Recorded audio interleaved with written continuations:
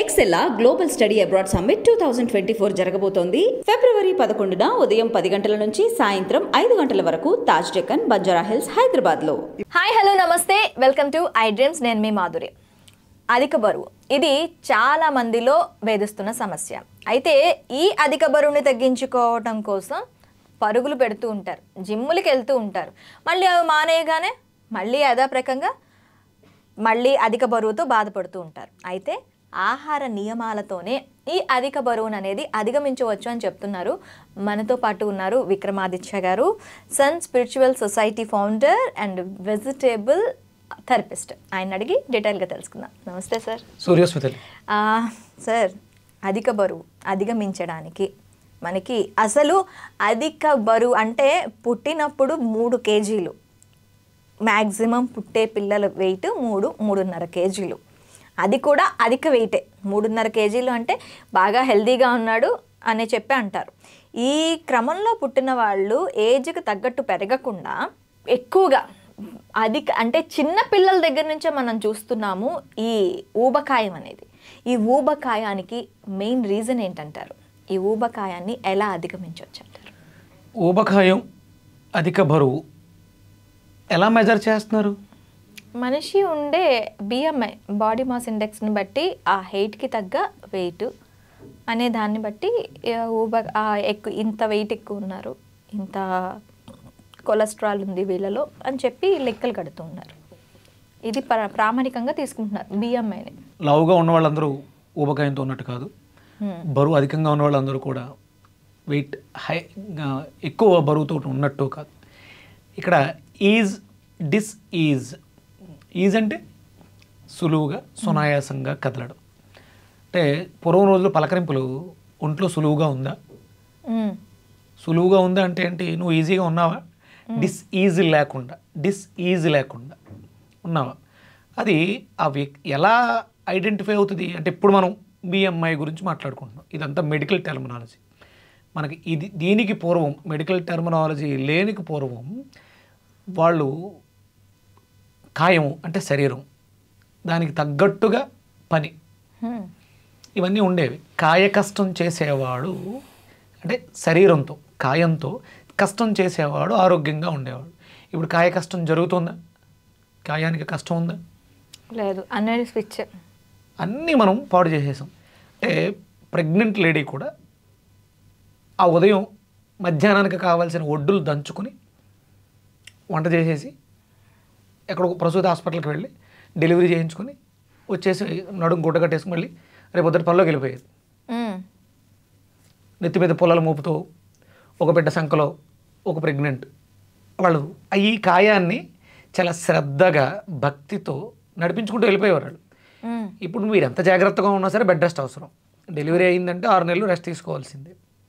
అంటే ఈ కాయానికి కావలసినటువంటి సిస్టమ్ ఏదైతే ఉందో అది బోన్. మనం బిఎంఐగా మాట్లాడుతున్నారు మీరు. మీ స్కెలిటన్ సిస్టమ్ స్టాండర్డ్గా ఒక స్ట్రక్చర్, స్కెలిటన్ అంటూ పర్ఫెక్ట్గా ఉంటే దాని చుట్టూ ఎంత మాంసం ఉండాలి, ఎంత ఫ్లెష్ ఉండాలి, నరాలు, ఇవన్నీ కూడా ఒక డిజైన్, ఒక బ్లూ ప్రింట్ ఉంటుంది లోపల. ఎప్పుడైతే ఈ స్కెలిటనే సరిగ్గా లేదు, స్ట్రక్చర్ సరిగ్గా లేదు, ఇప్పుడు దాని చుట్టూ అస్తవ్యస్తమైనటువంటి వ్యవస్థ. కొంతమందికి పొట్ట పెరిగిపోద్ది, కొంతమందికి చేతులు పెరుగుతాయి, కొంతమందికి ఇవి పెరుగుతాయి, అన్ఈవెన్గా ఉంటుంది. అంటే ఇక్కడ మనం ఆ ప్రింట్ ఏదైతే ఉందో ఆ బ్లూ ప్రింట్ పర్ఫెక్ట్గా రాలేదు. దీనికి ప్రధానమైనటువంటి కారణం అంటే ఊబకాయానికి ప్రధాన కారణం కాల్షియం డెఫిషియన్సీ. ఓకే. ఈ బోన్, ఈ స్కెలిటన్ ఏదైతే ఉందో దాంట్లో అది స్పృహని కోల్పోయింది. అంటే దేని చుట్టూ ఏది ఎంత ఉండాలి అనే స్పృహని కోల్పోయాం కాబట్టి మనం ఈ స్థితికి వచ్చాం. ఇప్పుడు మీకు అర్థమైపోయి ఉంటుంది, ఒబిసిటీ తగ్గాలి, ఒళ్ళు తగ్గాలంటే ఏం కావాలి? Calcium deficiency. ఎక్కడుంది అది? బోన్స్లో. ఆ బోన్కి స్ట్రెంగ్త్ని ఇచ్చే విటమిన్ ఏంటి? Vitamin D. పొద్దుట లేస్తున్నావా? లేదు. ఎవరైతే సూర్యోదయానికి పూర్వం నిద్రలేస్తారో వాళ్ళు, అంటే ఆ సన్ ప్రొటెక్షన్ తీసుకుంటారో, సన్ బాత్ చేస్తారో, విటమిన్ డి వస్తుందో, బోన్స్ పర్ఫెక్ట్గా ఉంటాయో వాళ్ళందరూ కూడా చాలా హ్యాపీగా, హెల్తీగా ఉంటారు. దీనికి విరుద్ధంగా ఎవరైతే ఉన్నారో వాళ్ళందరూ కూడా అడ్డంగా పెరిగిపోయి ఊబకాయంతో డిసీజ్గా జీవితాన్ని లాగించేస్తున్నారు. ఓకే, మరి ఇప్పుడు మీరు సన్ బాత్ అవన్నీ చెప్తున్నారు, మరి ఆహార నియమాలకు సంబంధించి కూడాను మనకి ఈ ఊబకాయానికి సంబంధించి కొన్ని ఆహారాలు తీసుకోకూడనివి ఉంటాయి, తీసుకోవాల్సినవి కూడా ఉంటాయి. మరి వాటి సంగతి ఏంటి? అదేనమ్మా, నేను ఒక స్పృహ అన్నాను, నాలెడ్జ్. స్పృహ, శరీరానికి స్పృహ ఉంటే ఇది తినాలి, నేనెవరినమ్మా చెప్పడానికి? నేను మీ జీవితాన్ని శాసించేస్తానా? ఇదే తిను, ఇంతే? ఓకే, ఏవి తినచ్చు ఏవి తినకూడదో చెప్పండి. కాదమ్మా, అది ఎవ్వరూ చెప్పలేము. నువ్వు ఉన్నట్టు మీరు మీరు పుట్టింది ఎక్కడ? మీ ప్రాంతం. మీ ప్రాంతంలో మీ నైసర్గిక స్వరూపానికి తగ్గట్టుగా అక్కడ కొన్ని రకాలు తయారవుతాయి, అవే తినాలి. ఓకే, హైదరాబాద్లో పుట్టాను, ఇక్కడ వాతావరణానికి తగ్గట్టుగా ఇక్కడ లభించే పదార్థాలు ఎక్కువ తినాలి. అమెరికాలో పుట్టాను, అమెరికాలో తగ్గట్టుగా ఉండాలి. నేను అమెరికా వాళ్ళకి ఒకటే, హైదరాబాద్లో పుట్టిన వాళ్ళకి ఒకటే, శ్రీకాకుళంలో పుట్టిన వాళ్ళకి ఒకటే, వైజాగ్లో పుట్టిన వాళ్ళకి అందరికీ ఒకటే బియ్యం ఇది మనం మాట్లాడుతూ ఉంటాం. అంటే నైసర్గిక స్వరూపం ప్రకారం అక్కడ ఉన్నటువంటి వాతావరణ పరిస్థితులకు అనుకూలంగా సీజన్ల వారీగా సీజనల్ ఫుడ్స్ భగవంతుడు ఇస్తూ ఉంటాడు. అవి మనం రెగ్యులర్గా తినట్లేదు, అవి తినాలి. ఇప్పుడు మనకి మార్కెట్లో డ్రాగన్ ఫ్రూట్, కివీలు చాలా రకాలు వచ్చేసినాయి. ఇవన్నీ మన డిఎన్ఏలో ఉన్నాయా? లేవు. ఇంతకు ముందు ఉన్నాయా?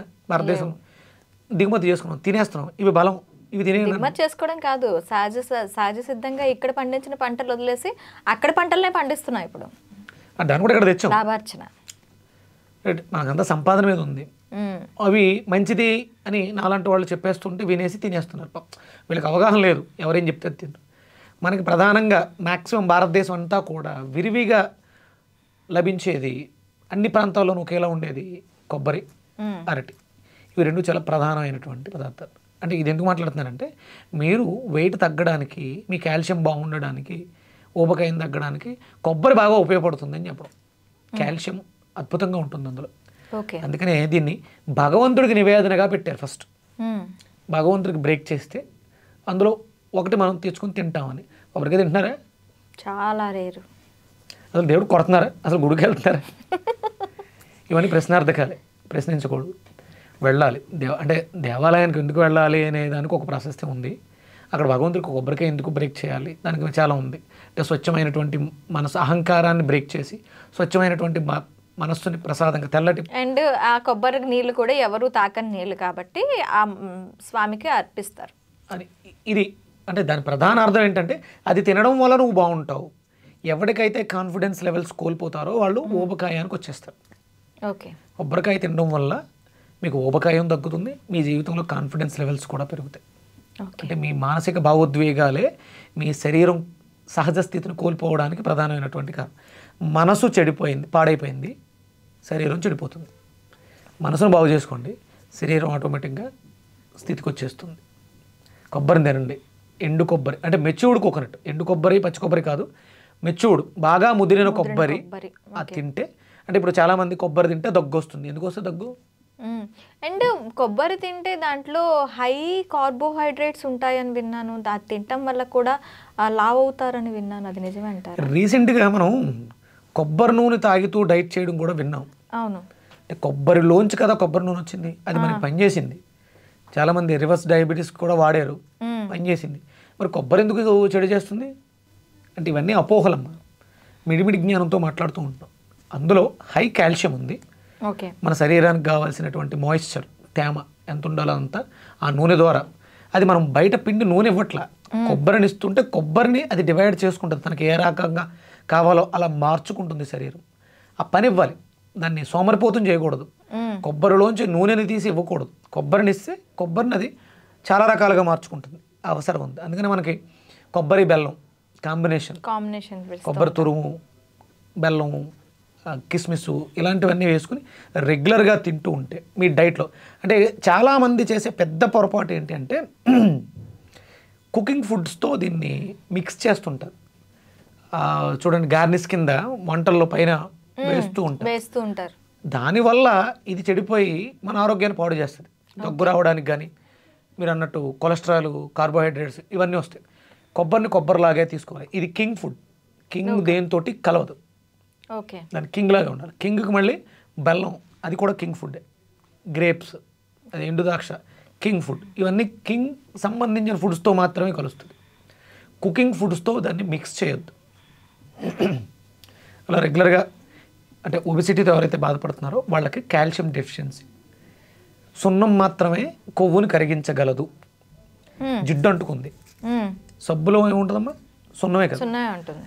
జిడ్డును పోగొట్టడానికి సున్నమే అద్భుతంగా పనిచేస్తుంది. అంటే సున్నం అంటే కాల్షియం, ఎనీ కాల్షియం మనకి సున్నం దొరుకుతుంది, గోడలకి వేస్తే సున్నం దొరుకుతుంది. దాన్ని కొంచెం పించ్ ఆఫ్ మజ్జిగలో కలుపుకొని తాగిన, అంటే మజ్జిగ కూడా కాల్షియమే. వెయిట్ లాస్కి అద్భుతంగా, అంటే ఒబిసిటీ, కొలెస్ట్రాల్.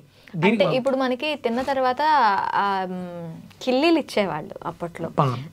దాంట్లో ఏమో సున్నం పూసి, కాసు పూసి, తర్వాత దాంట్లో ద్రవ్యాలు ఏవేవి అరుగుదలకు సంబంధించిన ఇలాచి, లవంగం వేసారు, సోంపు ఇవన్నీ వేస్తారు. ఇప్పుడు కూడా రెగ్యులర్గా తాంబూలం. ఇందాక సున్నం కలుపుకొని మజ్జిగ తాగండి అంటే నాకు అది గుర్తొచ్చింది. ఇవన్నీ పాత పద్ధతులు. సమస్యలు రాకముందు precaution is the better than క్యూర్గా చేసేవారు. భోజనం తర్వాత కంపల్సరీ తాంబూల చరణం ఎందుకు చేసేవారంటే అరుగుదలను బాగు చేసుకోవడం కోసం. ఒకవేళ మనం తిన్న పదార్థంలో అయినా వ్యర్థాలు ఉంటే అవి మనల్ని ఇబ్బంది పెట్టకుండా ఉండడం కోసం తాంబూలం వేసుకునేవారు. ఇప్పుడు అవన్నీ ఎవరూ చేయట్లేదు. తాంబూలం అంటే కేవలం ఏదో ఇంటికి ఎవరో వచ్చారు వాళ్ళకి గెస్ట్కి ఓ జాకెట్ ముక్క తాంబూలం అంతే. తాంబూలం అనే దానికి అర్థాన్ని మార్చేశారు. రెగ్యులర్గా తీసుకుంటే ఒబెసిటీకి అద్భుతమైనటువంటి పరిష్కారం. ఎండు కొబ్బరి ఒళ్ళు లాగడానికి, బరువు తగ్గడానికి అత్యధికంగా మనల్ని ఇబ్బంది పెట్టేది.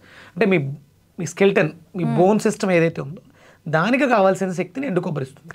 ఓకే. ఎండు కొబ్బరి కానీ నార్మల్గా బాగా మెచ్యూర్డ్ అంటే ముదర కొబ్బరి కానీ తీసుకోవటం వల్ల కంప్లీట్గా మనకి ఊబకాయానికి స్వస్తి పలకొచ్చు అంటారు. పలకొచ్చు. రెగ్యులర్గా మన డైట్లో ఉండాలి. దాన్ని దేంతో మిక్స్ చేయకూడదు. బ్రేక్ఫాస్ట్లో ఒక 100 grams చెప్పబెట్టేసుకోవాలి అంతే, అదే బ్రేక్ఫాస్ట్. అలాగే మధ్యాహ్నం హ్యాపీగా మంచి లంచ్, ఈవినింగ్ ఒక గ్లాసుడు పాలు. నో ఫుడ్ అంటే మీరు మళ్ళీ అడుగుతారు భోజనం చేయమండి, ఇడ్లీ తినొచ్చా, లేదా దోశ తినొచ్చా, చపాతీ తినొచ్చా అని అడుగుతారు. నో ఫుడ్, తినేది ఏది ఉండొద్దు అక్కడ. హై కాల్షియం, మిల్క్లో కూడా కాల్షియమే ఉంటుంది. మిరియాల పాలు వేసుకుని, అంటే మనకు దానికి ఒక మంచి పేరు పెట్టారు, మోడర్న్ పేరు, ఇంటర్మీడియట్ ఫాస్టింగ్ అని పెట్టి 16 గంటల గ్యాప్ అని పెట్టి చేస్తున్నారు. వీళ్ళందరూ 16 గంటల గ్యాప్ ఎలా చేస్తున్నారంటే నైట్ మీల్ చేస్తున్నారు, తర్వాత అంతా గ్యాప్ ఇస్తున్నారు. మళ్ళీ ఈవినింగ్ ఒకే టైం మీల్ తీసుకుంటారు. ఈవినింగ్ ఏది కూడా తీసుకోకూడదు ఆఫ్టర్ సన్సెట్. మీరు ఇంటర్మీడియట్ ఫాస్టింగ్ అనేది కూడా మన భారతదేశానికి తగ్గట్టుగా ఉండాలి. సూర్యోదయ సూర్యాస్తమయాల మీద ఆధారపడే ఉండాలి. ఓకే. మీరు బ్రేక్ఫాస్ట్లో అంటే మార్నింగ్ మనం తీసుకునేటువంటి కింగ్ ఫుడ్లో స్ప్రౌట్స్, ఫ్రూట్స్, మధ్యాహ్నం మంచి లంచ్, మధ్యాహ్నం 12:30-1 గంటకి లంచ్ క్లోజ్ అయితే మళ్ళీ రేపు మార్నింగ్ వరకు ఇంక మీరు ఏమీ తినకూడదు. ఇది intermediate fasting. Okay. Intermediate 1 meal fasting అని చెప్పేసి అని మీరు 9 గంటలకి నైట్ 10 గంటలకి మీల్ చేసి మీరు దీన్ని చేసినా మీ సిస్టమ్ పూర్తిగా కొలాప్స్ అయ్యి మీ జీవితం నాశనం అవుతుంది తప్ప ఇది మీకు ఏ రకంగానూ ఉపయోగపడదు. ఓకే. ఇంటర్మీడియట్ ఫాస్టింగే కానీ ఇండియన్ స్టైల్లో ఉండాలి. Morning 80% alkaline food, afternoon 20% acidic food, no food మళ్ళీ మార్నింగ్ వరకు. ఇది ఇంటర్మీడియట్. ఇలా చేస్తే చాలా హెల్దీగా, హ్యాపీగా జీవితాంతం బాగుంటుంది. ఇది మనం ప్రత్యేకంగా ఏం చేయక్కర్లేదు, మన జీవన శైలిలో అది ఒక భాగం అయిపోతుంది. ఓకే. సో విన్నారు కదా, ఊబకాయంతో ఎవరైనా బాధపడుతూ ఉన్న వాళ్ళు ఉంటే ఇప్పుడు చెప్పినవన్నీ క్రమం తప్పకుండా పాటించగలిగితే చాలా వరకు ఊబకాయం నుంచి బయటపడవచ్చు అని చెప్తున్నారు. మరొక అంశంతో మేము ముందుకు వస్తాం. Stay with us.